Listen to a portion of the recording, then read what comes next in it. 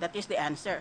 Noong nakarang Huwebes, September 29, habang natutulog, ay tuluyan ng namaalam si Senador Miriam Defensor Santiago dahil sa stage 4 lung cancer. Nang malaman ng balita, nagluksa mga netizens para sa kanilang tinatawag na the best president we never had.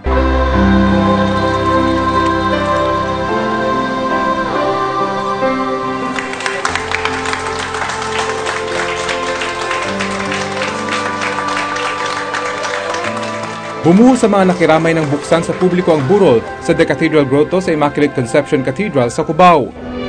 Kapansin-pansin na karamihan sa mga nakiramay, mga kabataan.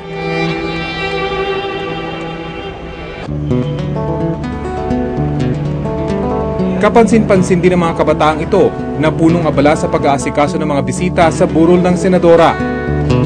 Magmula kampanya, hindi nila iniwan ang itinuturing nilang idolo ng mga kabataan. Maraming na-inspire na kabataan na ipagpatuloy yung kanyang mga advokasya, yung kanyang mga nasimulan para sa bayan, yung tinatawag na shared destiny. Kami bilang mga supporters niya, ipagpapatuloy namin yon, ibabahagi namin yon sa mga susunod na henerasyon. Ang ilang mga nakasama sa larangan ng politika, dumagsa rin upang magbigay ng kanilang huling respeto sa senadora. Nung ginawa ng Diyos yan, hindi nalagyan ng kambyadong paatras eh. So puro pasugod, puro palaban. Kaya ganun, kahit na sa kampanya, kahit na may karamdaman na siya at medyo kailangan niyang alalayan, tuloy-tuloy pa rin. Hindi niya ayaw niyang umatras, ayaw niyang tumigil. Ako naman, I've known her from the start to be a very loving, a very considerate woman. So that's my relationship with her. She would always be so concerned with how I am, and people don't know that about her. Dahil sa pagiging sweet ng mag-asawang Senator Miriam at Attorney Narciso June Santiago Jr., kahit may edad na, itinuturing silang relationship goals ng mga tao. Kaya naman hindi napigilan maging emosyonal ni Attorney June nang humarap siya sa media. Nalulungkot ako dahil sa pagpanaw ni Miriam. Yung pagmamahal, pangalawa, ang pagmamahal at pagpuri sa kanya.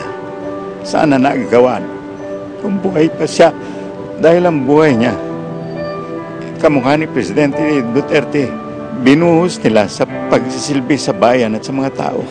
Nung una ko nalaman na she had cancer, I went straight to her house after school. So boxes ng gamot yung dala ko, pumunta ako sa house niya, iyak ako ng iyak. Tapos pinagtatawanan niya ako, sabi niya sa akin na huwag daw akong umiyak, dapat nga daw mainggit ako sa kanya. Kasi daw ako, never daw ako magkaka-cancer. Kasi sabi niya sa akin, how death is a new adventure. I don't know what the reaction of my enemies are. Maybe they'll be happy because on the one hand I might die and then they could get rid of me.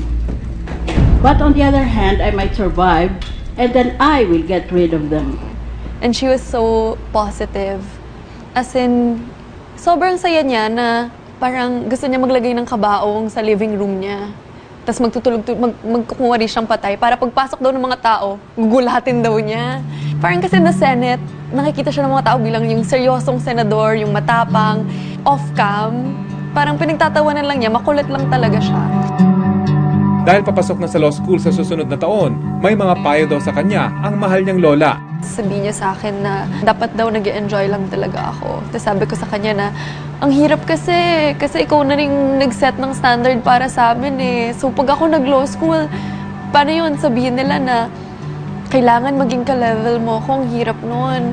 Dapat daw, hindi ko kailangan mamuhay na parang maging katulad siya. Kasi sinasabi niya sa akin na parang basta daw alam ko yung ginagawa ko, basta tama yung ginagawa ko. Parang sabi niya na, and that's always enough na for her. Maging ang kamatayan, napag-uusapan din daw nilang maglola. Lahat daw inaral na niya, nag-take up siya ng courses in theology.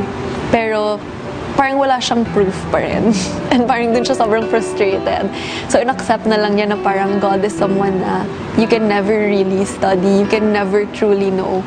Don't worry, pag namatay ako, magpapakita daw siya sa dream ko para sabihin sa akin if there's life after death. Kaya nang malaman niya na tuluyan nang nawala ang pinakamamahal niyang lola, may mga bagay na pinagsisihan si Mikey. Regret ko is sobrang daming time sana nga na nadalaw ko siya sa hospital. Hindi ko naisip na even the Iron Lady of Asia, parang meron siyang mga kahinaan. I was so caught up with the image of her na ang lakas niya, na I thought she would live forever. Mas aware ako ngayon na not even Miriam Defensor Santiago could conquer cancer.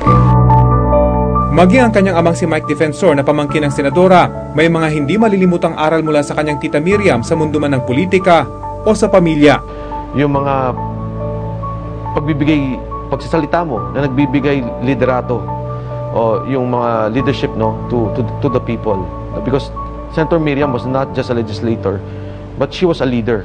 And when she speaks and when she opens her mouth, she is talking about the direction of the country as a leader of this nation. Ang pagmamahal ng mga tao sa yumaong senadora, ramdam na ramdam lalo na sa huling araw ng kanyang burol. Galing po kami ng Cavite. Umalis po kami ng 7 o'clock in the morning para makiramay po kay Madam. Dakong alauna ng hapon noong linggo, sinimula ng ilipat ang kabaong ng yumaong senadora patungo sa simbahan.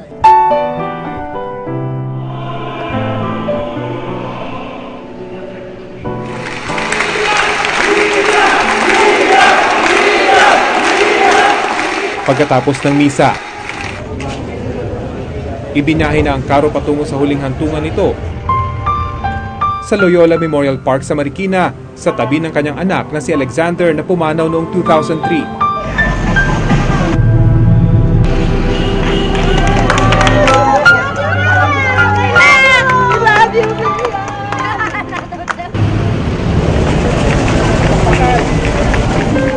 Tainting na panalangin at pamamaalam ang alay ng kanyang pamilya at malalapit na kaibigan.